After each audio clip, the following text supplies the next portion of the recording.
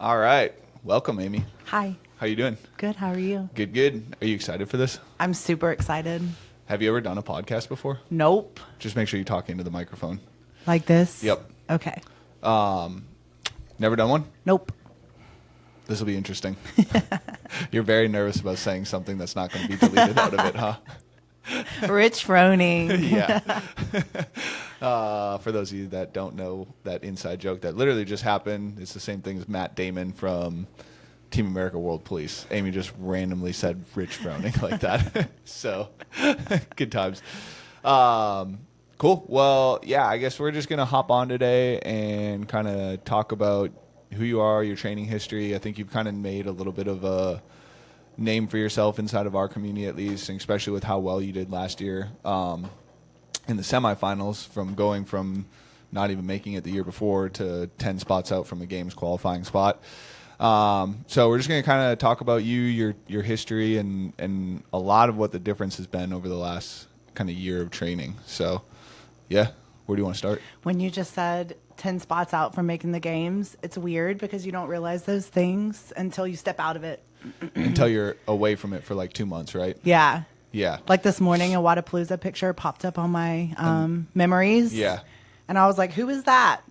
And I realized it was me. And I was like, wait a second, I competed at Wadapalooza this year. Yeah. You checked a lot of things off the box this Yeah. last year.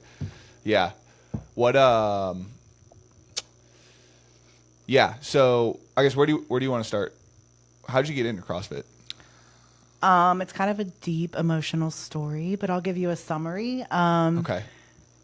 I started in 2017, Okay. 2 weeks before the Open. I didn't even know what the Open was, actually. Did you just walk into a CrossFit gym or what? No, I had some friends that did it, and they kept saying, like, hey, I think that you would be really good at this if you tried it. And Why did they think that? probably because of my go-getter, like, just fun attitude. I love to run and I did arm curls. But I just like to work out, but not like competitively. And I really didn't have any experience with a barbell or anything or gymnastics, but I just hung out with people who did CrossFit, and we were like super similar. So they were like, hey, you should try this. And I said, I don't want to do that. I don't want to get bulky. You said that? I said that. You were one of those people? I was a runner. I did half marathons and literally went to the Y and did arm curls. And that was it. Like, I had no experience with a barbell. So you went to the Y, you ran on the treadmill. Ran on tracks and treadmills and in downtown Atlanta. Just did races, like half marathons and things like that. And my friends said I should do CrossFit. So I was going through a divorce at the time.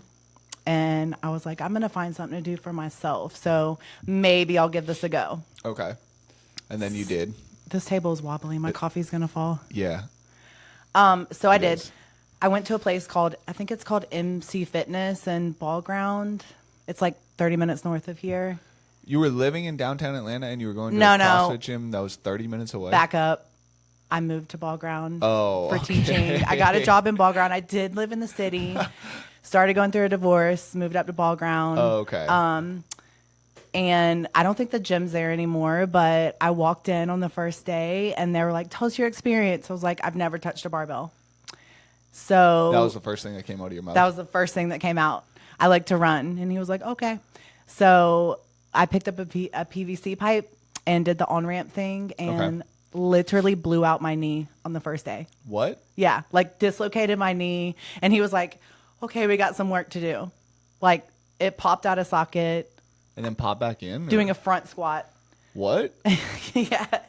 I was so weak. You didn't have to like go to the doctor or anything? Or like have surgery? No, it was like a dislocation thing, like dislocated my knee. Like it popped? Yeah, like it popped and like came out and went back in. That's weird. And I experienced that a lot through cheerleading when I was growing up doing competitive cheerleading. So this is not something that is like new. Okay.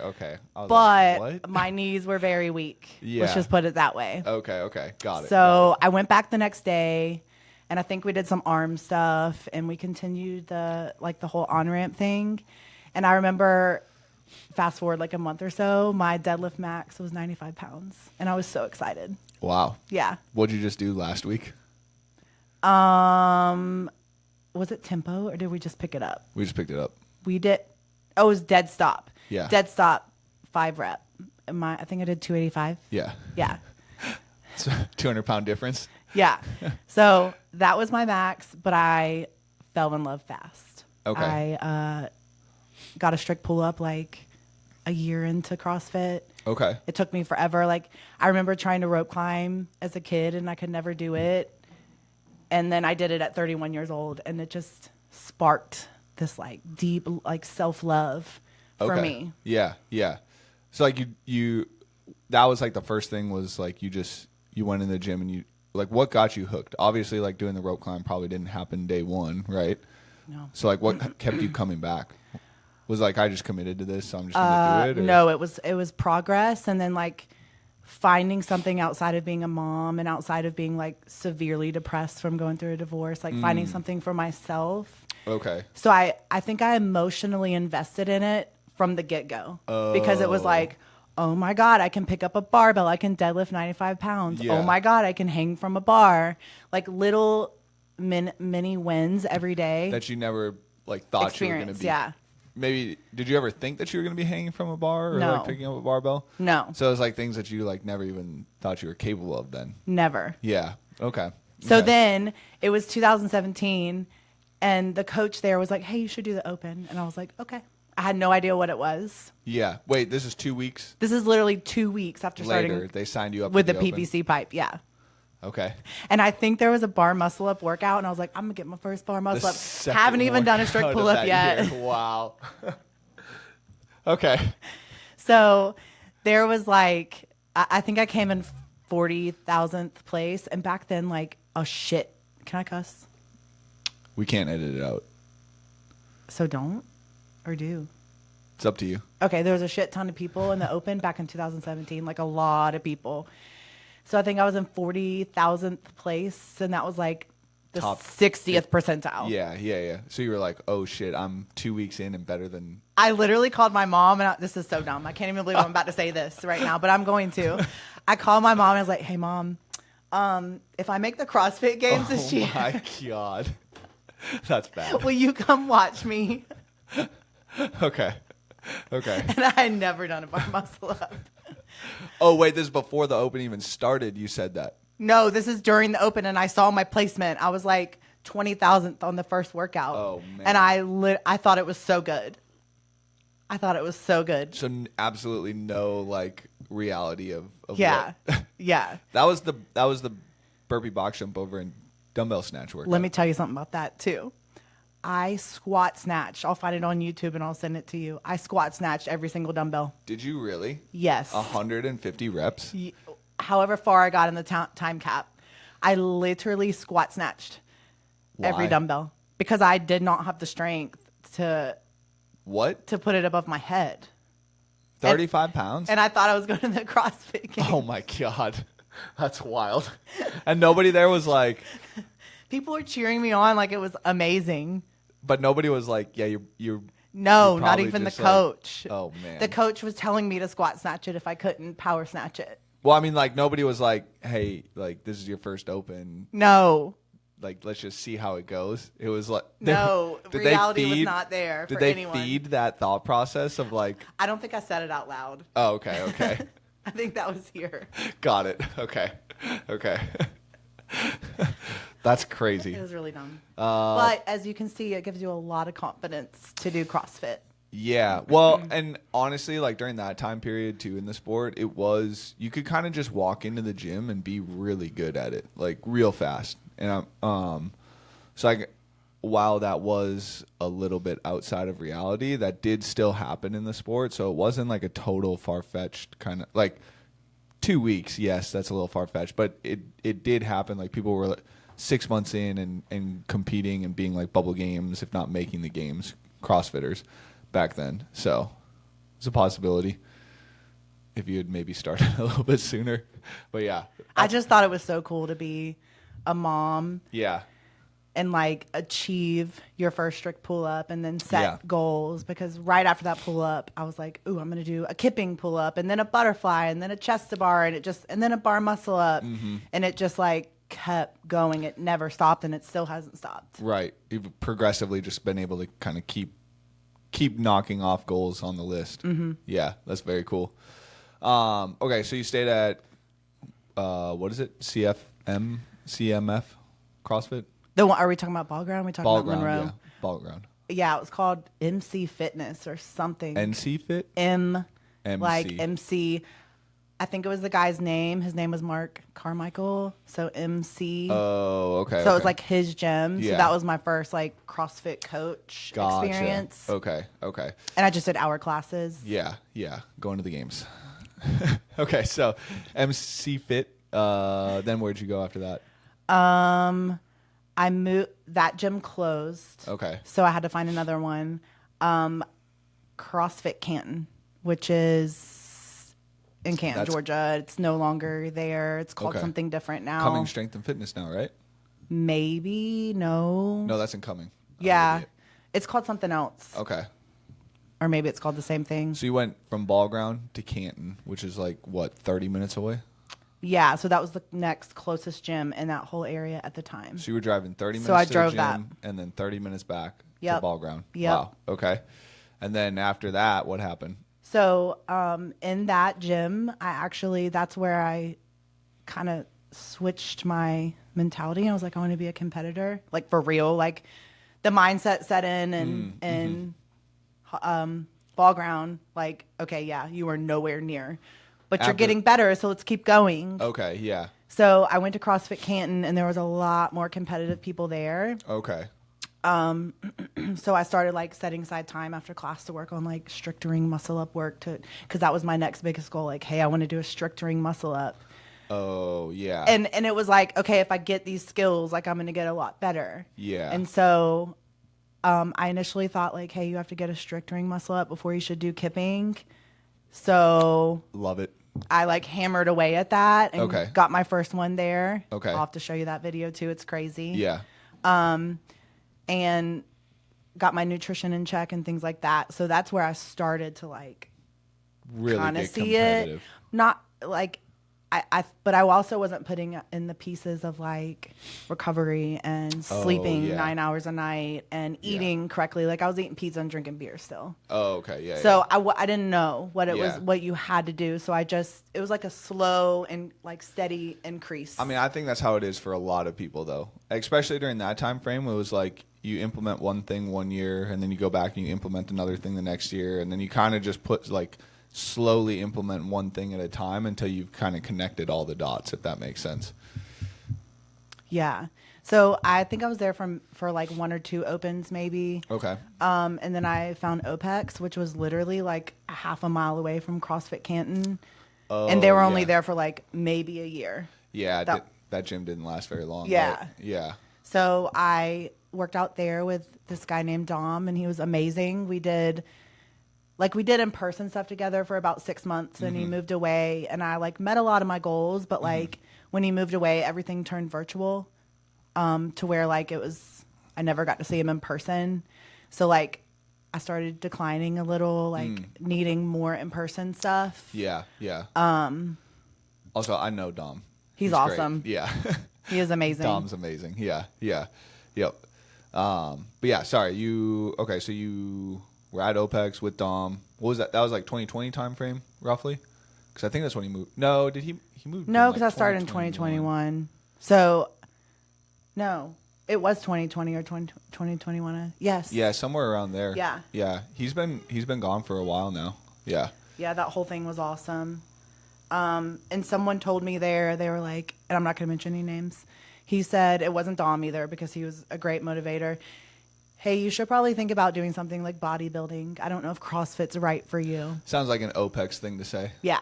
Like your strength numbers are not where they need to be. So you should probably not CrossFit anymore and work on bodybuilding. And I was like, no. That's crazy. I'm going to stick with CrossFit because I love it.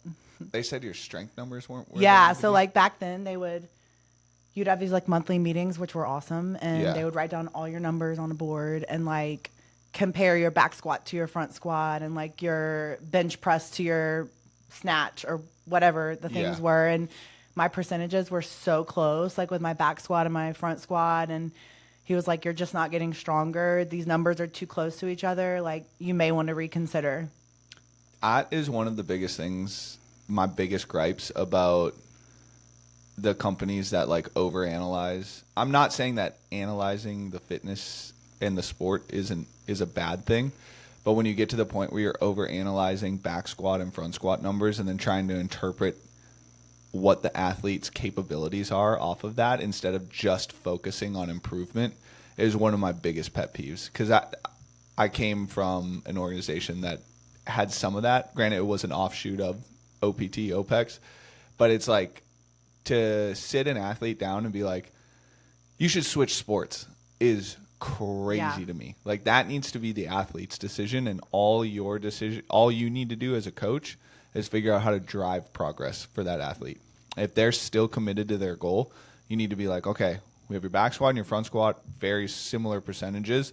We need to figure out how to drive your back squat up. And then you launch into a conversation about that and figure it out. So, like, that irks me so bad when I hear people, like, sitting at their athletes down and being like, you should change sports. That's a fucking – it was a thing, too, back in that time frame. It was like a power trip type thing where, like, look at how good of a coach is. I'm being real with my athlete. It's like the reality is their back squat and their front squat are off, and you need to figure out how to drive their front squat up. Mm-hmm. The reality is not that they need to change sports, especially if this is something that they're passionate in pursuing.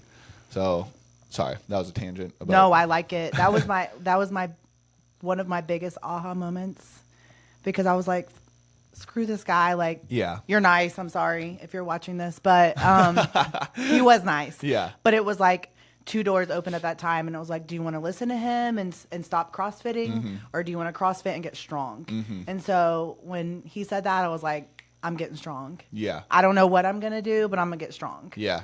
Because I'm not stopping CrossFit. Yeah. And so I think it paid off. I think I got a whole hell of a lot stronger. I mean, you're legit one of the strongest 40 to 44-year-olds right now. So that's crazy. I mean, it's true. Like, your strength numbers are crazy. So, like, to even hear that you had a deficit in your strength is pretty wild, honestly. Yeah, I weighed 125 pounds too. Oh, is that the reason and why now your I'm strength like, numbers were? I can't stop eating, so I weigh a lot more than that. So, but yeah, so that was my biggest moment of like clarity, like, okay, and pissed offness. I got so pissed. Yeah, that's well, I mean, that's just also like, you chose to use that as a motivator, not a, like, a lot of people will use that as kind of negative. What would it be, like negative reinforcement, negative reinforcement, and you chose it to be like a negative positive reinforcement, you know. So that was good. That was good. So what'd you do after that? You told them to go fuck themselves and then left? I did. Well, actually, I stayed with Dom for a little while, and I stayed with his programming. He was like, I'm going to go virtual. Yeah. I'm moving to Florida or wherever he moved to. And I went to CrossFit Holly Springs. Okay. This is like 2022-ish? I think so. And I stuck with Dom, and I was like, hey, my goals are still the same. Mm-hmm. One day, I don't care if I'm 55, I want to compete at the games. Mm-hmm. None of that matter. The age doesn't matter to me. I just want to make it. Mm-hmm. And I want to make Wadapalooza. And I tried, and I was at CrossFit Holly Springs doing his programming. Mm-hmm. COVID happened.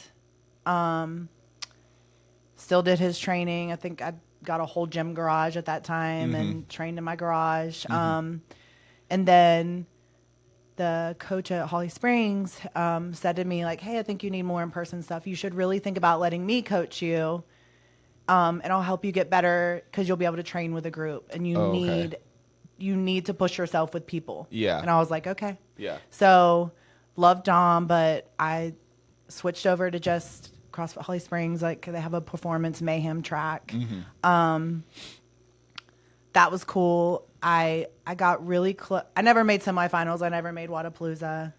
None of that stuff. Doing their stuff. Doing mayhems. I did some fun competitions. Like, we had legends come to CrossFit Holly Springs. Yeah, the in-person legend stuff. Yeah. And I think I came in third, and they took 2 people to Legends, and I was super bummed. Yeah. Because I worked really hard to get there. Right. And it's just like I just fell short. Every time I did something, I fell short by a spot. Yeah. It was the same with semifinals. I think 2 years in a row for the 35-39 age group. I just kept outside. falling short. Yeah. And it was really frustrating. And then I found y'all.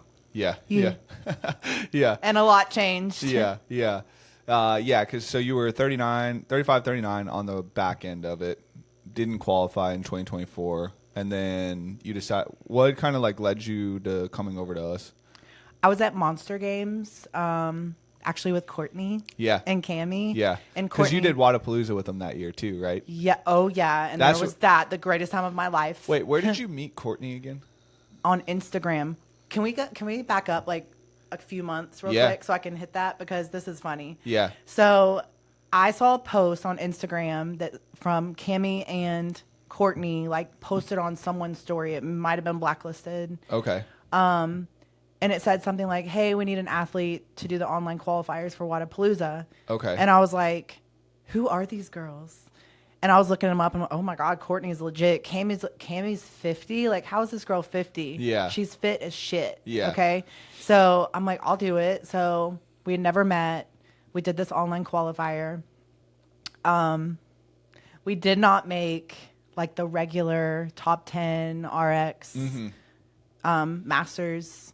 We were 11th and they took 10. So then yet again, I fell short of something. Gotcha. But Courtney was like, hey guys, I think we should do this anyways. Let's just go do the open division. We can win. And I was like, we're going to spend $5,000 just to go do the open division. It was so much money. And you guys shared a hotel room together. So we were like, all right, screw it. Let's go. Yeah. So talking to the mic.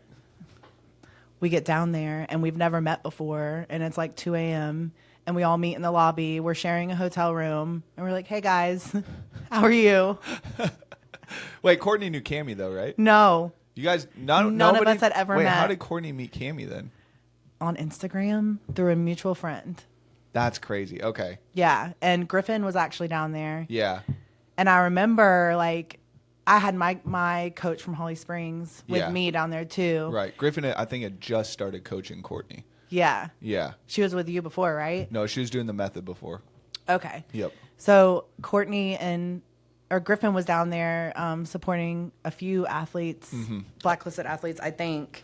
I think he was working, and then Courtney was there. I can't remember if Stella did it that year or not, too. But yeah. Yeah. Sorry. Continue.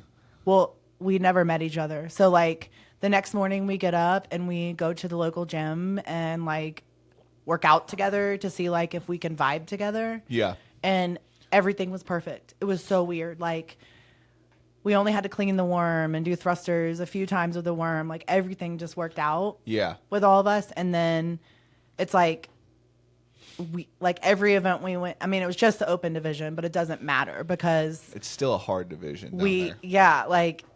Everything we were doing was vibing, and like every workout we were getting first place, and we were like, this is amazing. Yeah. So like my first experience at Wadapalooza, although it was open division, we got to stand on the podium in first place together. Right. Which was the coolest thing ever. And it's like a little bit of redemption from.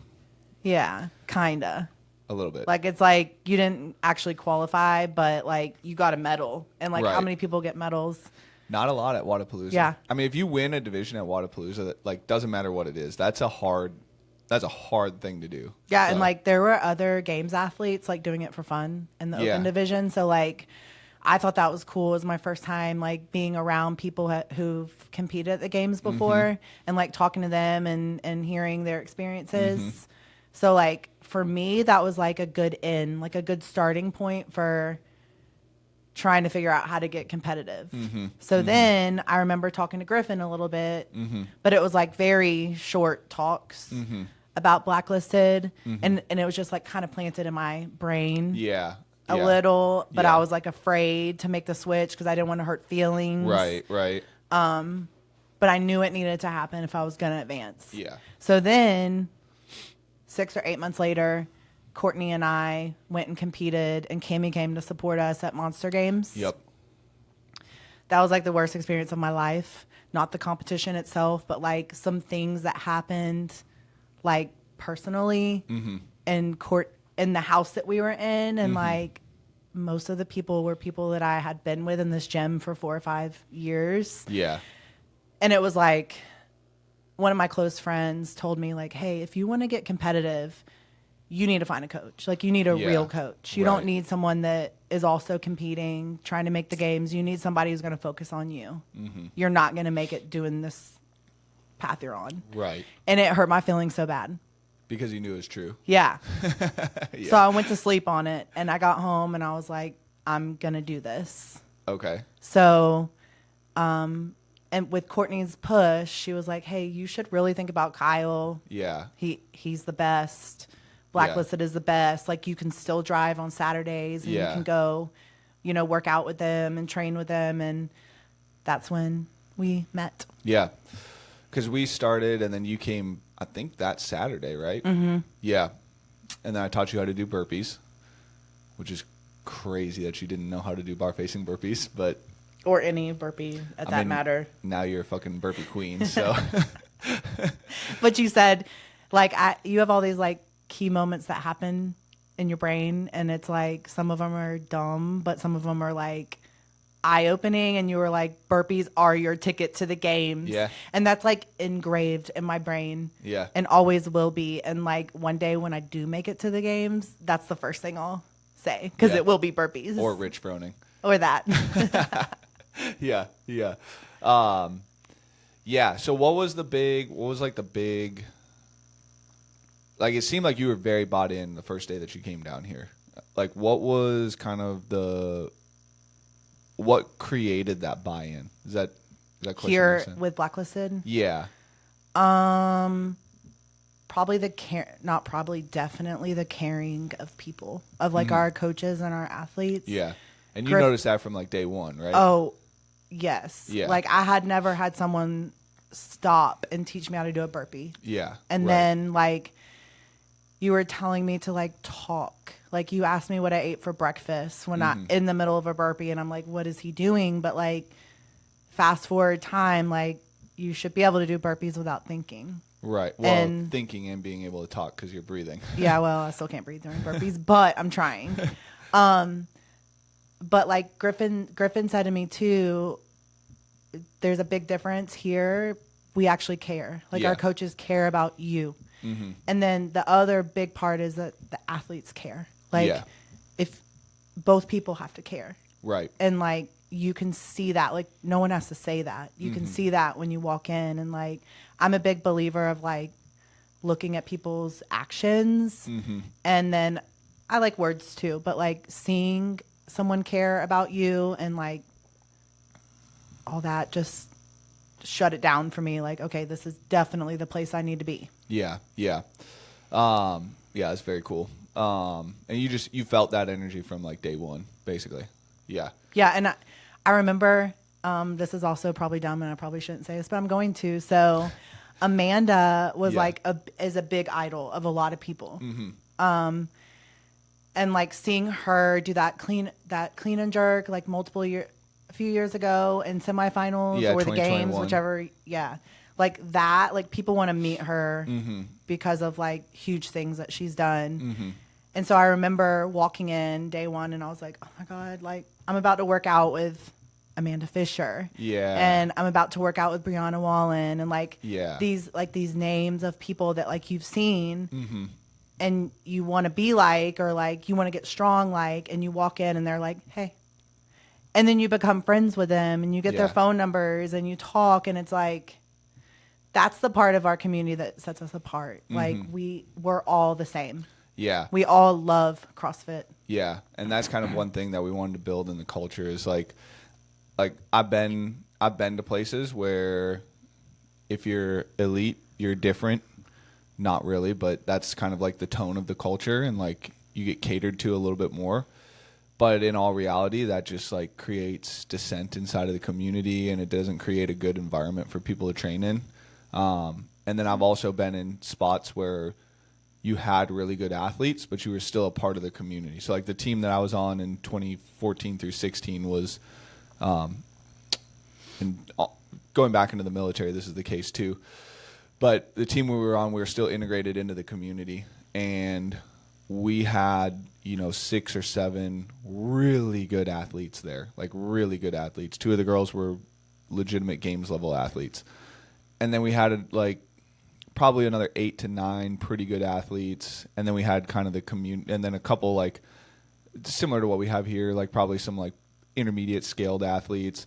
And then we had the community, but everybody was involved in what everybody else was doing.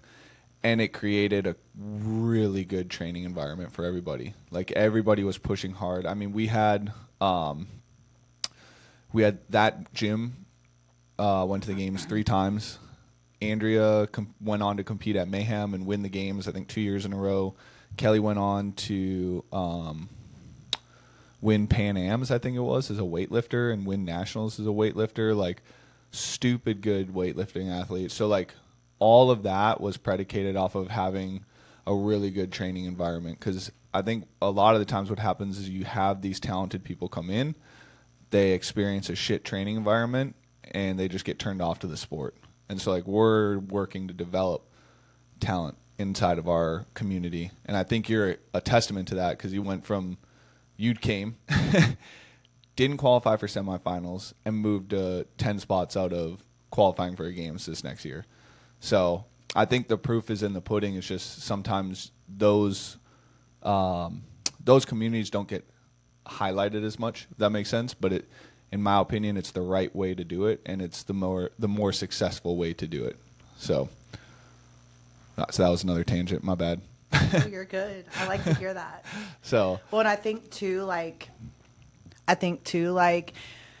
when you don't have to like talk a lot when we're here on Saturdays and people see it on social media, mm-hmm. it like spreads like wildfire, because like think about since we've started, mm-hmm. it's spread down to Monroe. Like right.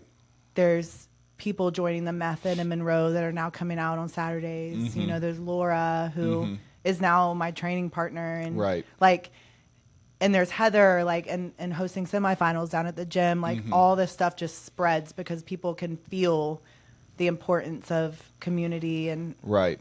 And I think that's the other thing too, is like we're not just like Blacklisted either. Like we want to see other gyms and other communities succeed. Like we just went out to Above and Beyond CrossFit this last weekend with Gina and Greg, and they're fucking amazing people.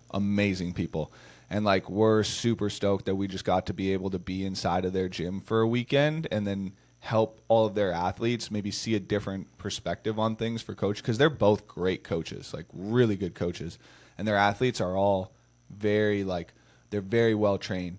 Sometimes when you come in, you give a different perspective on things, and it motivates them too. So now they're all ready to go and work out harder and learn more things, and like I think they're going to be more attentive to what Greg and Gina are telling them now. So it's just like this spiral effect, right? Where we're like, if we can come in and we can like have a positive impact somewhere, and then we can step away and you kind of take it from there.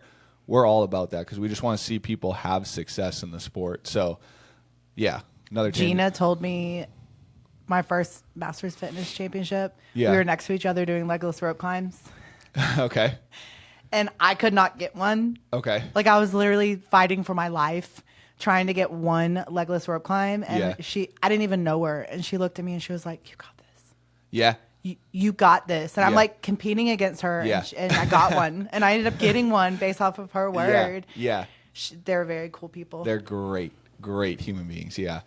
But yeah, that's kind of what we're trying to build here, and what we're trying to do is create a competitive environment that is a healthy competitive environment. Because I don't think there's really anything out there that's on a large scale for a healthy and competitive environment. Because I've been in, I was in special operations in the Marine Corps. I've seen how elite teams work, and you have to be tight and you have to care about everybody in your team. Otherwise, that team's not going to be successful. And even inside of your whole community, you have to care about everybody inside of your community. And so it's kind of like taking that mentality and bringing it into the CrossFit space, which is very much a dog-eat-dog space, if that makes sense, and changing the mentality and the perception of that to something that's more positive, and taking that competitive atmosphere from like the military and the teams and bringing that level of trust to a community where you can see everybody succeed because of that, and you're picking somebody up when they're down rather than just continuing to beat them down and like push them away, if that makes sense. Do you think if you weren't in the Marines, you would have that mindset? No, I think I would have gone the opposite route. Yeah, I think I would have, because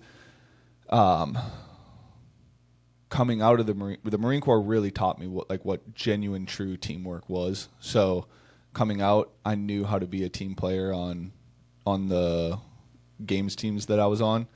And then I knew at the other place that I was at, like, it wasn't, the environment just seemed off. And like right when we were getting it to the cusp of of being like a good spot to be in, I got fired. So that was cool. And then now we're just going to do it here, you know? So yeah, but it's great that you're able to see that. And that's because that's what we're trying to build. And again, I think it's testament to your season this last year is like, everybody inside of the community helped you out and got better, and every Saturday you were competing against people and getting better against those people. Because I mean, you're 40 years old coming in competing against 20-year-olds. Like Caroline's what, 24, 25, like, and you're throwing down against her.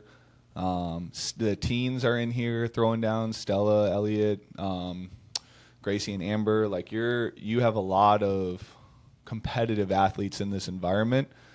And like Amanda as well, like a lot of athletes in this environment that are going to push you super, super hard. And like, no, you're not in their age group, but like, we also don't let you slack, and you do the same workouts as everyone else. So it's like, fuck, I have to push extra hard to keep up with these people. So, and I think that was just a great thing to have happen this year for you.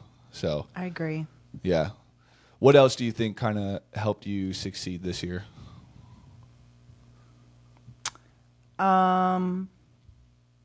As far as Blacklisted or like anything? Just in general, I think. Like what was different about this year? Like obviously we touched on kind of the Blacklisted stuff, but like what was different about this year than kind of some of the other years? And like so much. So mindset, but really like the skill work that with our like individual design program. Yeah. Working on things like strict handstand push-ups in different ways and ring muscle-ups in different ways. Like not just like doing them in EMOMs, but like working on them in multiple different ways. Mm-hmm. High heart rates, low heart rates, like really focusing on the weaknesses. Mm-hmm. But also like, I don't know how you do this, but you have a way of like making people feel like they're super fit. Like, because you'll give something where it's like, and you crush it, and then you'll like give something and like you don't do so great at it. So it's like a good balance of, it's a good balance to make you like feel like you're getting fitter. I mean, you are getting fitter, but like, I don't ever feel like defeated by the things that we're doing. Like I know it goes up and down like this. Yeah. But like just intentionally, like not being burned out from mayhem. Sorry, mayhem people. But like going to the gym for 4-5 hours a day with no intentions other than I want to make the CrossFit games. Yeah. And versus going to the gym for 2-3 hours, maybe sometimes 4, but having super intentional work to get better has been a major difference. I'm not injured at all. Right. Like just like literally intentionally focusing on what you need to focus on to get to where you want to go. Yeah. And like, I think I put this in our notes the other day. Something big that's changed over the past couple of weeks for me is like writing down on a board, literally writing down on a board and putting it on video of what my new goal is for that workout has helped me a lot. And I know you said that before, like you need to think about, you need to start strategizing for yourself when you're working out, you know, and I can ask you, but like, it's not always going to be that way. There's the only person that like this is we run the camps, right? And we run the camps to get you thinking about workouts. That's one of our big things, is teaching you how to become analytical about a workout. But at the end of the day, you're the only person that truly knows your capacity inside of a workout, and you kind of have to come up with the game plan for you. You can have ideas and kind of run them by a coach, but ultimately the game plan, you're you're like the business owner, right? You make the final decision on what your game plan is. And like, you need to have an idea of what that is and be able to go out there and perform or execute on it because you know what you're capable of. And so that's kind of one of the things that we were talking about this last year is making sure that you're able to do that going into next year. And it's being an athlete is an ever evolving process. And kind of like what we hit on the beginning of the podcast was every year it's just like something new, something new, something new. And this is kind of your new thing this year is you need to start getting better about coming up with those game plans and then executing on them in training. And that was something that sometimes I have a hard time relating that stuff because a lot of being an athlete came a little bit more naturally to me. And like that was things that I thought about, like it would race through my head is like, okay, this is the workout for the day. This is how I'm going to break this up. I think I can do this. And then there's probably one reason why my career got short, but I would like run that through my head over and over and over again. I knew it would be a sticking point for the day on that workout, but it was like that was kind of like the anxiety builder was that small bottleneck, and I just run through it in my head, me doing that over and over and over again. And then you go in training and you'd execute on it. And so like that's kind of the point that we want to get you to be at. Some people do it differently, like you're going to be writing workouts down to do that. Some people like me just are very visual and we just ran it through in our head over and over again. Some people might need to like literally talk it out to somebody, So that I think is kind of your next step in the evolution of you as an athlete. Cause yeah, you wrote the strict handstand push-ups down, right, this week. And then you wrote the ring muscle-ups down this week. And both of them you were very close to like genuinely executing on, which was good. One of them, the ring muscle-ups, I was like 45 seconds faster than what I wrote down. Yeah, right. And then there was a workout. I was like, let me try this with a Metcon. Yeah. And I think I wrote it. I put it in True Coach. I don't know what it was. I can't remember. I wrote down. I can't remember what it is. I'm on the spot. But like I wrote something down this week and. What was it? I don't remember. I haven't looked yet. We tested strict handstand push-ups, ring muscle-ups. What else did we test? I can't remember. Okay, maybe it'll come to me like later. 35 but writing programs. things down Yeah. and showing it, like, hey, Kyle, this is what I'm going to try. Yeah. This is my plan. Yeah. And I think one thing that goes... Bar muscle-ups. Yeah, bar muscle-ups. I think one thing that also kind of goes to testament with what you're saying about intentionally programming for somebody, when we started last July, you had ring muscle-ups. We tested your 3-minute MRAP of ring muscle-ups, and you got 9. And you just did 30 for time at, 640 or something like that? So, like, huge improvement in less than a year. Like, I don't even know if my 9 from last year were fully locked out. Yeah, so. right. So, like, I mean, that's such a crazy exponential improvement on your ring muscle-ups year over year. And it's just, but again, that goes to the intentionality behind the programming and making sure that you're doing the things that you need to be doing. I think you said, like, when we first met, like, hey, I want to get you to 30 ring muscle-ups sub 6. And I was like, this dude is crazy. And then now we're getting closer to it. Now so we're only 40 seconds away. Yeah, I'm like, he is crazy. That ain't going to happen. Yeah. But then, like, I started buying into it and started believing, okay, I can chip away at this. I can do better. Yeah. Because for years you try and try and try and try, and you just don't get better. Mm-hmm. Like, I was doing single ring muscle-ups for years. Yeah. And they were not good. Yeah. So it's like, and we're still getting better, and we have a long ways to go, but it's super cool to. But did you have anybody that was putting expectations on you? Like, did you have anybody that you came to and was like, these are the numbers that you need to be at if you want to go to the games? No. And do you think that was like do you think that's helped you like drive your fitness a little bit forward, is like having like, shit, I have to do this? Yeah. Yeah. Definitely. And it's like that with the burpees too. Yeah. Yeah. Really, it's like that with every workout that we do. Yeah. It was never, I was just like, just trying my best. Like, Yeah. I was never told like, hey, you need to get this score to be able to make semifinals. I would literally go based off feel. Mm-hmm. And then the person that was telling me what to do would tell me to go hard. Like, he would just be like, hey, just give it 100% effort, go super hard the whole time, and you'll do well. And like, so I never strategized the workout. I just went hard. Yeah. And then like, for all of our semifinals workouts, we had a strategy. Yeah. Like for all of them. And those were ginormous. I think one day last week in one of the Metcons, I was like, I'm just going to go hard and just see what happens. I'm going to go bigger sets. And it was a disaster. Yeah. So like the planning and like knowing your capacity and I mean, all that has helped me the most. Yeah, for sure. Yeah.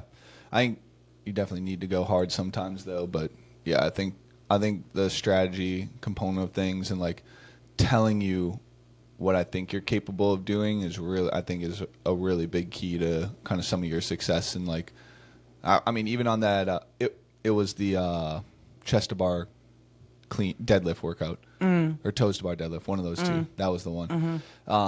But telling you where I want to see you on the bar muscle ups this week, and then telling you what you need to be capable of if you want to go to the games for that power clean bar muscle up workout. I think those are two big eye-opening things for you, if that makes sense. Now you're going to go and accomplish those things because they're out there, and you're like, I'm going to go fucking murder these goals. So, yeah. What else? Hopefully this upcoming year is just as successful as this year. Yeah. If not better. Yeah. So that's where we are now. Yeah. Is there anything else that you've kind of noticed has really helped out over this last year? Or? No. Sleeping, eating. Getting the recovery game on point. Yeah, I've gotten that majorly on point. Yeah. That's an ever-evolving process, though. Yeah. It's expensive, too. Yeah. Super expensive. Super expensive. But I think really, like, sometimes being not laid back, but, like, having jokes between people here at Blacklisted, like, just joking around with each other and, like, having a community. Putting a bagel in a shoe. That. Instagram. I think just, like, being close to people and being funny and not being so serious and, like, all that has helped so much too. Like just having people. Yeah. Just having people. Like these are our people and we need more people. Yeah. Yeah, for sure. Yeah, no doubt. Yeah, I think one of the big successors over your last year has definitely been the community and driving that forward and then, just watching everybody kind of get better and then support you along the way has been a lot of fun. So. Wadapalooza was really fun because I had Brooke and Maddie and Amanda and Pat. Yeah. And like Amanda was so helpful to me. Yeah. Because I was super down on myself. Yeah. After the first workout, I was like, it was great. When I tell you, I don't know if you remember this workout, but it was like 20 chest to bar and it had to be unbroken it wasn't written as unbroken, but like to compete. Yeah. And when we practice it, I did it unbroken, right? Or maybe it was 30 chest bar. I don't remember. I got my ass handed to me in that workout. And there were burpees over the blocks and running with some sand and stuff. I was like looking around and I was like the only person in the sand. Everybody else was burpeeing and doing the bench press and doing all the things. And I'm like, what am I doing? And I remember going back to the house and being like, Amanda, I don't know what I'm doing. I've worked so hard to get here. And here I am like suffering. Like I did not do good on this workout. Like thinking like, okay, I'll get a top 10 finish or something like midway. And I think it was like maybe 14th or something. And Amanda was the best, like, support system. She's like, you got 14th? That's actually really good. Like, that's not last. Yeah. So, like, you can go now and get, like, a first place finish and you just balance everything out. So, like, go and do this next workout. Yeah. Crush it. And then you're in the top 10. Yeah. That's all you need. Like, what are you expecting? And so, like, that, if I didn't have her, like, if I would have went down there by myself, without them, they were so positive, then it would have been some major damage. Yeah. Because I was very nervous. It was my first time like doing a huge competition. Yeah. You had a lot of support there. Brooke and Maddie are great too. You had a good group of people that you guys stayed with down there. So yeah. And then so because of Amanda gave me that hype speech, I went and got like first in my heat on that next workout. That was the toes to bar rowing Yeah, workout? and she was like screaming, and I was like, oh my God, this worked. Like our conversation worked. Yeah. She's like, just believe in yourself. Just trust what you've done. You've done the work. Just go work out. It's fun. Yeah. Yep. And that one was really fun. Yeah, that one was. Well, I mean, that one was straight up. It was really fun. Yeah. And I didn't know. I was. Oh wait, now I know something that's helped, because you keep asking me anything else. At camp, you told us, Dylan can speak on this too. At camp, you were like, there are 3 types of people, and when you work out, you're either a sprinter, the pacing. Yeah, you're either like a come out hot, negative split, come out hot, or just consistent. And I'm like, Dylan, I'm a consistent athlete. And he's like, what? And I'm like, I'm a consistent athlete, and I am. And he's like, are you really though? And I'm like, yes. And so then I asked you what I was, and I was like, don't you think I'm consistent? And you were like, no. Like, there's maybe one person in this room that's a consistent athlete. Yeah. And it was either Leanna or Amanda, one of them. I think it was Leanna, yeah. And I was like, well, that sucks. And I like went home. But then you started talking about what each one meant. Yeah. And I was like, I'm going to take note, like when I'm working out, like which one of these am I better at? And I'm going to like prove to myself like that I can identify the type of athlete I am. Mm-hmm. So like for the next like several weeks, and even still to today, I like check myself to see like, am I changing into a different type of athlete? Mm-hmm. Or I am definitely like the one that fire breathes in the beginning. And tries to hold on. And if I don't, like if I start out slow, I get even slower. So like I'm not consistent. I am like one of those quick starters. You got to use your power output to your advantage, basically. Yeah. And the more and more I try to slow that down to be consistent, it doesn't work. So like I'm a power output athlete. Yeah. And I have definitely noticed that. Yeah. I mean, that's what I was in the sport too. Is like you just have to play to your advantages. And like, I mean, there's some people who will legitimately get faster every round. Their body warms up or whatever. It'd be so interesting to like go into somebody else's body and feel like what it is to do that. And then there's some people who are just very consistent, methodical, and they're like, I know if I just hold this pace, I can hold it for the entire duration of this workout. And so it's super important to know what type of athlete you are, so that you can properly write down in training what your game plans are for the workout. Do you think it's possible to be like when you put in rest, like 10 sets with a 1 minute rest in between, mm-hmm. you have a 250 meter row with 50 double unders, mm-hmm. rest 1 minute.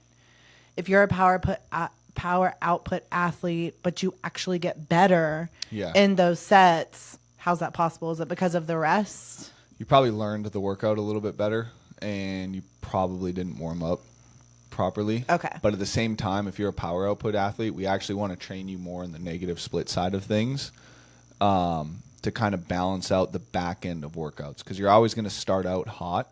But if we can balance your ability to kind of maintain or slow down the degradation of power throughout the course of that workout by training in negative splits, you end up coming a little bit closer to consistency.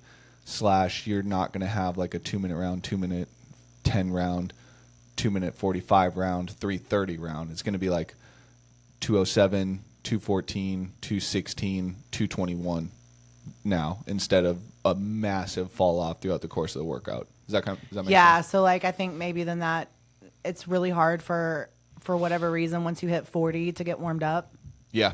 So like when you think of 200, it was 26 for me, but yeah. 26. I was so Mine old, literally so just fast. hit me on my birthday. Man, I was so old, so fast in this sport. It's weird, like, because I think I missed, and I wrote this in the notes, like, hey, missed sets 1 through 3 on my double unders. Like, I tripped 3 times. Yeah. But then got into the 4th set, and it was like game on. Yeah. All the way to the 10th set. Yep. So it takes me forever to warm up now. Yep. Good talk. At least you know it. Yeah. Yep. But did that answer the question? Yeah. Yeah. So Those are my favorite types of workouts. I look forward those 10-set ones to the day where, except for the time where you're like, rest 20 seconds. That's the worst. When you say rest 20 seconds. Where you have to go faster because you get the 20 seconds of rest. So you actually have to like push on the cyclical machine beforehand. Yeah. And they'll be like burpees, like burpee over bar. It's like. It's my new favorite rest. Thrusters, calories, and burpees over bar, 20-second rest, 15 sets. 15-minute AMRAP. Oh, it's so bad. That's my new favorite respiratory protocol for everybody because it fucking sucks, but you can keep going, and it's brutal. What do you know about VO2 max? Can you increase your VO2 max by doing those? Yeah, I mean, in theory, you can, yeah. Do you know anything about numbers? What the fuck does I just want to know because I have this Garmin and it Are you tells talking me, about VO2 max numbers? That's a bit like, that's such a broad, do I know how to count? 1, 2, 3? Like, what do you mean numbers? So like, I want to increase my VO2 max. How do I do that? The VO2 max is an overrated metric. So that who gets cares? a lot of attention that it really doesn't transfer over to performance. Okay. Like it does, but it doesn't. Like you can take it, and it's very specific to whatever device or thing you're doing. So like you'll have a VO2 max for thrusters, and you'll have a VO2 max for pull-ups, and you'll have a VO2 max for box jump overs, and you'll have a VO2 max for handstand push-ups. And for running. And for like, that makes so much sense. You can take a runner, have them test their VO2 max, go onto a bike, and it'll be completely different. Same thing with a cyclist. You can have them have a crazy high VO2 on a bike, go test their VO2 on a runner, and it's completely different. So it's not, and like you'll have marathon runners who will have stupid high VO2 maxes, but they're not the ones winning the marathon. So it doesn't. And then they go do CrossFit and it's totally different. Yeah, because you're doing so many different implements in CrossFit. So what we really want to try and do inside of training is drive what's been more shown to be like a performance increaser or not a performance increaser, but a performance predictor is lactic threshold. So that's what we're trying to drive up in training all the time, really, is your lactic threshold. We're not really worried about your VO2 max. And the other thing is like people overcomplicate the science of things is like what are VO2 protocols? They're really heavy breathing protocols. If we just give you protocols that make you a really heavy breather or you're breathing really heavy all the time, you're going to get better. So like, why do we have to focus in on a specific metric that we're trying to prove when we know that if you breathe heavy, performance improves? So I don't like to overcomplicate things when it comes to training. I like to kind of keep things a little bit simple because it doesn't matter. Like all you have to do is put in effort as the athlete. You just have to try hard and execute to the best of your ability the protocol that we're trying to run. If you start being like, oh, my VO2 max increased by 0.2. I can't even remember what the VO2 max measures. Like, what is that going to do for performance? All that is going to do is increase your VO2 max. Doesn't mean it's going to actually get you better at burpees, thrusters, and double unders, right?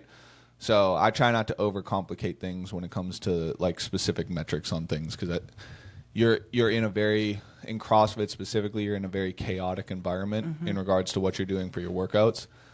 Swimming and biking and running like a triathlon, I think you can maybe get away with some other metrics like developing your lactic threshold and running progressions off of that. But CrossFit, in my opinion, is just too complicated to do that. And we've seen time and time again that effort and hard work, volume at the right time, intensity at the right time just leads to success in the sport. So while sports science is fun, it is always behind the power curve. It tells you the why and retroactively tells you the how, but it's never on the front end and the driver of how to train people. Sorry for that tangent. That was good. Cool. So don't worry about your VO2 max. I don't think you need to worry about it. That's good. Maybe you can find a different opinion out there and let me know. I'm always down to change my mind on it, but that's my current opinion on it. Yeah. Do you want to wrap it up? Cool. Yeah. Sure. Okay, cool. You got the 30s workout to do, right? Yes. Okay, sweet. Are you doing that here? I don't know. Oh. I got a call. Okay. How do people find you on Instagram? At Miss Amy Quinton. And that's it. That's it? That's my name. Oh, that is your name. Do you have TikTok? You do. What is it? It's like I did, but I didn't, and then I did, and I didn't. It's like deleted. I don't even know it. Like I think I've logged into TikTok one time to watch a TikTok at school, and that was it. I'm a teacher. Yeah. Not a student. Fair. All right. Well, find her on Instagram, Miss Amy Quinton. Thanks for watching, guys. If you have any questions, hit her up. Please like and subscribe, and we'll catch you guys next time.